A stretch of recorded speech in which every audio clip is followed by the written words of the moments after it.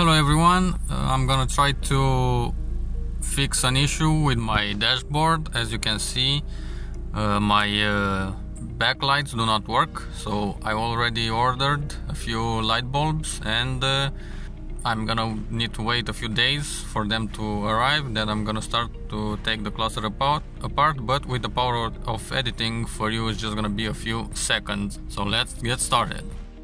Alright guys, so my LEDs arrived last week, and now I'm gonna start disassembling the dashboard and install the LEDs. So the first step is to take this plastic cover off, and you should always start, from what I've read on the internet, you should start with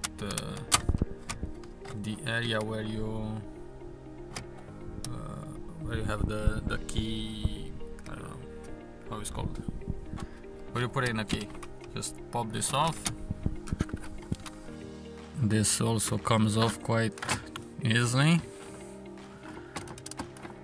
Let's see if we have some wires over here. Yes, I need to unplug this most likely. Alright, so this connector doesn't really want to come off very easily, so I'm just gonna leave it hanging here. And now we are gonna take care of 4 bolts, and you're gonna need a Phillips screwdriver. So there's one here, another one here. I don't know if you can really see it, but it's behind this piece of metal, and we have one here and one here. So I'm gonna unscrew them off and we'll move to the next step. There are 2 more bolts here that are keeping this piece of black cover in place, so we're gonna take them off as well. Alright, the last 2 bolts are out. Now we're gonna take the clear piece of plastic out carefully. Now we're gonna get the plastic cover out.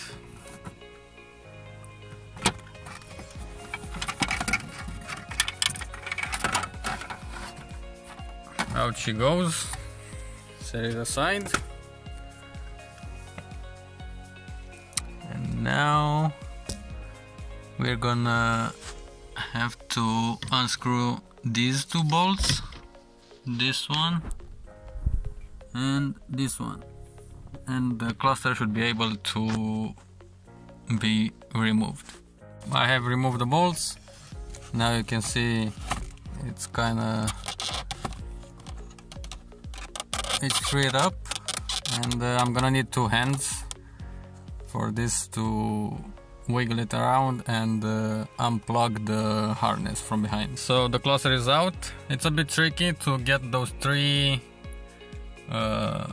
connectors out, but with 2 hands you can do it. Now I'm gonna wipe it a bit because it's dusty in there, and then I'm gonna try to swap the LEDs. So let's wipe it down. I like to use microfiber cloths, so I'm just gonna wipe it a bit, and I'm gonna wipe it a bit off camera because it's easier with 2 hands.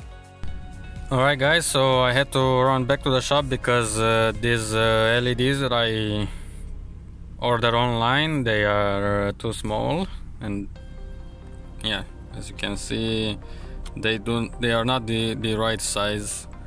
So I went back to a shop and bought some other LEDs. This is the old LED, and they just they can get out of this socket.